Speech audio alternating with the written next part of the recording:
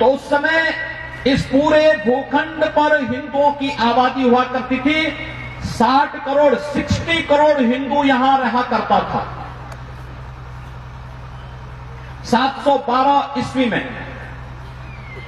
और 1947 में जब भारत आजाद हुआ था, उस समय भारत और नेपाल, पाकिस्तान और जो वर्तमान का बांग्लादेश है, इस सब की आबादी मिलकर के हिंदुओं की कुल आबादी बची रही मात्र 33 करोड़। यानी 1235 वर्षों में हमारी आबादी 60 करोड़ से बढ़कर के 120 करोड़ नहीं हुई, 100 करोड़ नहीं हुई। हमारी आबादी 1235 वर्षों में घटी, हम 60 से 30 पे आ गए। ये क्या साबित करता है? हिंदुओं पे क्या अत्याचार नहीं हुआ? क्या हिंदुओं को रौंदा नहीं गया? क्या हिंदुओं के मंदिर तोड़े नहीं गए? क्या हिंदू परंपराओं को लांछित और अपमानित नहीं किया गया? और उस सब के बावजूद कभी भी हिंदुओं ने किसी का हित नहीं किया। दुनिया के अंदर आप जाइए, आज आप देखते होंगे अरब जगत में, वहां पर इराक के अंदर आईएस नाम का एक अलकायदा का आतंकवादी वहां पर आकर के वहां पर किस तरीके से गैर मुस्लिमों को काट रहा है।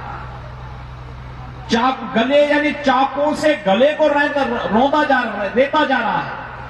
टेलीविजन के दृश्य को आप देखते होंगे, रोकटे खड़ा करने वाला दृश्य होता है। पशुओं की तरह मनुष्यों को काटा जा रहा है, और केवल मनुष्यों को ही नहीं, गैर मुसलमानों को ही नहीं, आतंकवादी सुन्नी हैं तो शियाओं को भी काट रहे हैं।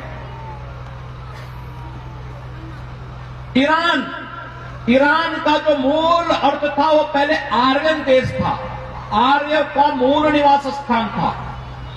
और ईरान के बारे में कहा जाता है कि ईरान के जो मूल निवासी थे वो पारसी समुदाय के लोग थे। पर्शियन समुदाय के जो लोग थे वह अग्नि पूजक थे। अग्नि पूजक हम सब हैं। हम मंच पर आए, हम लोगों ने सबसे पहले दीप प्रज्वलन का कार्यक्रम किया। ये दीप प्रज्वलन, ये अग्नि तो है, ये दीप ज्ञान का प्रतीक है, प्रकाश का प्रतीक है, ये अच्छाई का प्रतीक है, ये रचनात्मकता का प्रतीक है, एक सकारात्मक ऊर्जा का प्रतीक है। इस अग्नि का पूजक वो पारसी समुदाय हुआ करता था। और अभी आपने इराक के अंदर भी देखा होगा, जो यजीदी समुदाय है वो अभी इसी अग्नि का पूजक है, इसी अग्नि का पूजक है। पारसी समुदाय को ईरान से समाप्त कर दिया गया। पारसी समुदाय अगर कहीं बचा हुआ तो केवल हिंदुस्तान में बचा हुआ है, बाकी नहीं बचा है, समाप्त हो गया। सब वहां पर इस्लामीकरण हो गया। अफगानिस्तान, आपने महाभारत को आपने देखा होगा, महाभारत का दृश्य, महाभारत ग्रंथ आपने पढ़ा होगा, सुना होगा, या उससे पहले रामायण काल में आप जाइए, महाराजा दशरथ की रानी कैकेयी वह तो उसी अफगानिस्तान से थी जो आज अफगानिस्तान अलकायदा की चपेट में है।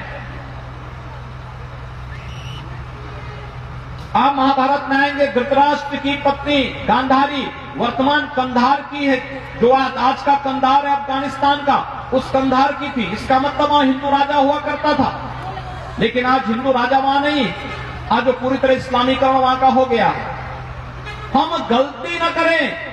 अतीत में जो गलती ईरान के साथ हुई, जो गलती अफगानिस्तान के साथ हुई, जो गलती पाकिस्तान और बांग्लादेश के साथ हुई, उस प्रकार की गलती करने की भूल हिंदू समुदाय, पूरी दुनिया के अंदर रहने वाला हिंदू समुदाय कतई न करें। इसलिए सबसे पहले अपनी परंपरा पर गर्व की अनुभूति करना हम सीखें कि हम अपनी ऋषि परंपरा का उत्तराधिकारी हैं। और इसलिए भारत की परंपरा पर, नेपाल की परंपरा पर, सनातन वैदिक हिंदू धर्म की परंपरा पर, अपने ऋषियों की उस महान परंपरा पर हम सबको गर्व की अनुभूति होनी चाहिए।